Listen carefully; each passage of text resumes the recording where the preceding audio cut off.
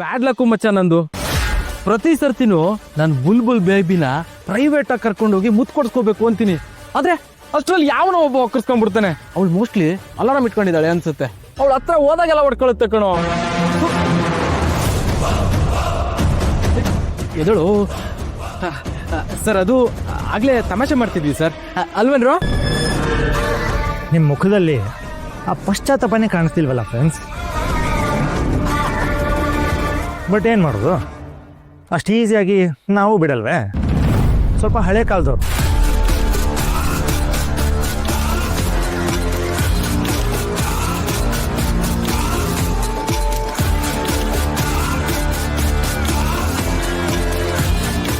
Ramu, principal office ಹೋಗಿ ನಾ ಹೇಳಿದೆ ಅಂತ ಹೇಳಿ. ಪಾಪ ಹುಡುಗರು ತುಂಬ ಸುಸ್ತಾಗಿದ್ದಾರೆ, ಸ್ವಲ್ಪ ದಿನ ರೆಸ್ಟಿಗೇಟ್ ಮಾಡಬೇಕು ಅಂತ ನಾ ಹೇಳಿದೆ ಅಂತ ಹೇಳಿ. ಅವ್ರಿಗೆ ಅರ್ಥ ಆಗತ್ತೆ.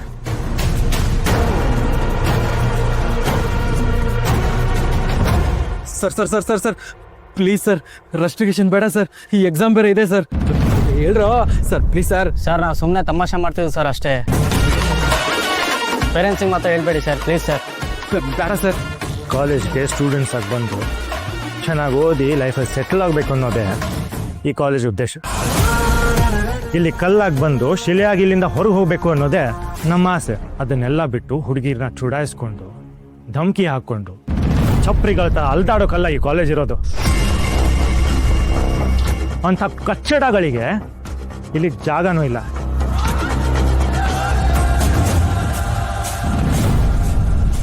ಸರ್, ಮತ್ತೆ ಇನ್ನೊಮ್ಮೆ ಈ ಥರ ಮಾಡಲ್ಲ ಸರ್. ನನ್ನ ಮೇಲೆ ಬೇಕಾದ್ರೆ ಆಣೆ ಮಾಡ್ಕೊಂಡು ಹೇಳ್ತೀನಿ ಸರ್. ಅವಳ ಹತ್ರನೂ ಹೋಗಲ್ಲ ಸರ್ ನಾನು. ಅವಳಿಗೇನು ಹೇಳೋದು ಇಲ್ಲ ಸರ್, ಅವಳಿಗೇನು ಮಾಡೋದು ಇಲ್ಲ ಸರ್. ಏನದು? ಏನೋ ಮಾಡಲ್ಲ ಅಂದ್ರೆ ಏನದು?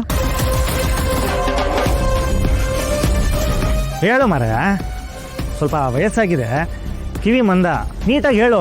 ಏನಂದ್ರೆ ಏನು ಮಾಡಲ್ಲ ಅಂತ. ಜನ್ಸಿ ಕಮಾನ್ ಹೇಳಿ, ಏನದು? ಅವಳಿಗೆ ಮೆಸೇಜ್ ಮಾಡಲ್ಲ, ಫಾಲೋ ಮಾಡಲ್ಲ, ಅವಳಿಗೆ ಧಮ್ಕಿನೂ ಹಾಕಲ್ಲ. ಆಮೇಲೆ ನಮ್ಮ ಜೊತೆ ಬಂದು ಗರ್ಲ್ ಫ್ರೆಂಡ್ ಥರ ಇರು ಅಂತಲೂ ಹೇಳಲ್ಲ ಸರ್. ನಂಬಿ ಸರ್ ನಮ್ಮನ್ನ. ಅವ್ರ ಬಗ್ಗೆ ರೂಮನ್ಸ್ ವೆಬ್ಸಲ್ಲ ಸರ್. ಹ್ಞೂ ಸರ್. ಗುಡ್. ಭವ್ಯ, ಕೇಳಿಸ್ತೇನಮ್ಮ? ಪಾಪ ಒಳ್ಳೆ ಹುಡುಗರು, ಎಲ್ಲ ಹೇಳಿದ್ದು ನಿಂಗೇನೆ.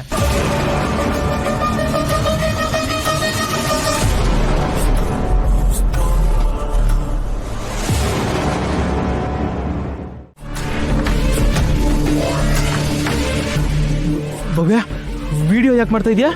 ಭವ್ಯ, ಆ ವಿಡಿಯೋ ನಂಗೆ ಫಾರ್ವರ್ಡ್ ಮಾಡು.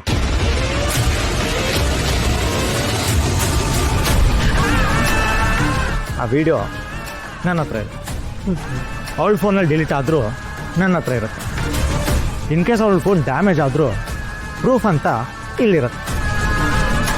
ಓಹ್, ನನ್ನ ಫೋನು ಡ್ಯಾಮೇಜ್ ಆದರೆ ರೈಟ್.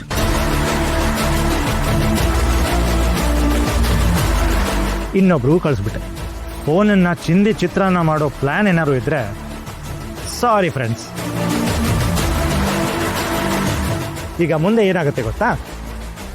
ಒಂದು ಕದನ ವಿರಾಮ. ಈ ವಿಡಿಯೋ ನನ್ನ ಹತ್ರ ಸೇವ್ ಆಗಿದೆ.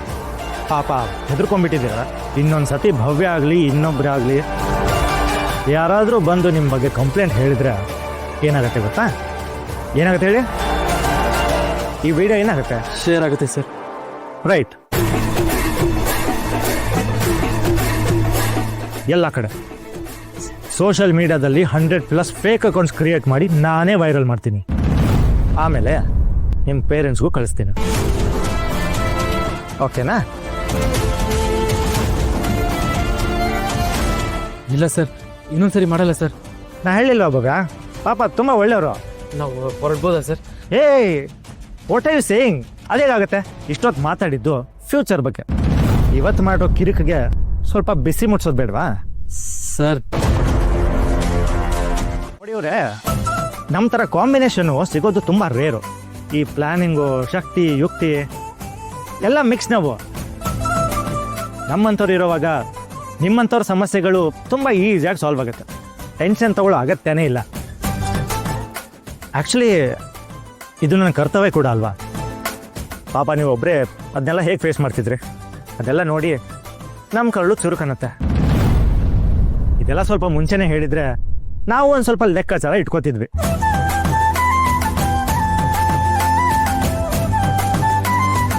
ಭವ್ಯ, ಏನು ಯೋಚನೆ ಮಾಡ್ತಿದ್ದೀರಾ?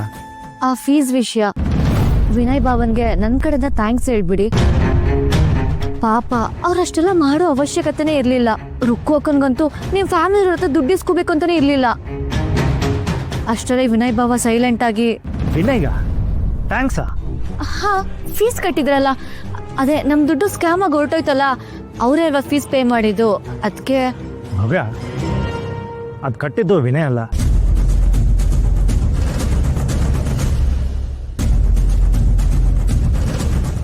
ಏನು ವಿನಯ್ ಬಾವ ಅಲ್ವಾ? ಅಲ್ಲ, ಕೃಷ್ಣ ಕಟ್ಟಿದ್ದು.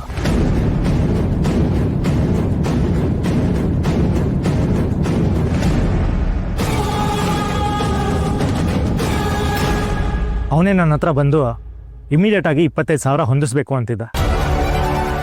ಅಷ್ಟೆಲ್ಲ ಹೇಗೆ ಅರೇಂಜ್ ಮಾಡ್ತೀವಿ ಅಂತ ನಾನು ಕೇಳಿದೆ. ಹೇಗೋ ನೋಡ್ಕೋತೀನಿ ಅಂತ ಹೇಳಿ ಹೋಗಿದ್ದ. ಬಟ್ ಆಮೇಲೆ ಗೊತ್ತಾಯ್ತು ಅದೆಲ್ಲ ಹೇಗೆ ಅರೇಂಜ್ ಮಾಡ್ದ ಅಂತ. ಅವನ ಹತ್ರ ಒಂದು ಚಿಕ್ಕ ಚೈನ್ ಇತ್ತು. ಅಮ್ಮ ಅವನು ಚಿಕ್ಕವನಿದ್ದಾಗ ಮಾಡಿಸ್ಕೊಟ್ಟಿದ್ದು. ಅದನ್ನು ಅಡ ಇಟ್ಟು 25,000 ಅರೇಂಜ್ ಮಾಡ್ದ. ವಿನಯ್ ಹತ್ರನೂ ಕೇಳಲಿಲ್ಲ. ಆ ಚೈನಿಂದ ಬಂದಿರೋ ದುಡ್ಡದು. ಅದು ಅವ್ರ ಅಮ್ಮ ಕೊಡ್ಸಿರೋ ಚೈನಾ? ರುಕ್ಕುಗೂ ಹೇಳಿಲ್ಲ. ಮತ್ತೆ ಅವಳಲ್ಲಿ ಗಿಲ್ಟ್ ಫೀಲ್ ಮಾಡ್ಕೋತಾಳೆ ಅಂತ. ವಿನಯ್ ಹತ್ರ ದುಡ್ಡು ಇಸ್ಕೊಂಡ ಅಂತ ತಿಳ್ಕೊಂಡು ಅವಳು ಕೋಪ ಮಾಡ್ಕೊಂಡು ಹೋದ್ಲು. ಭಯ ಪಡಬೇಡ. ನಿನ್ಗೇನು ಮಾಡೋಕ್ಕೂ ತೋರಿಸ್ತಿಲ್ಲ ಅಂದರೆ ನನ್ನ ನಂಬರ್ಗೊಂದು ಕಾಲ್ ಮಾಡು.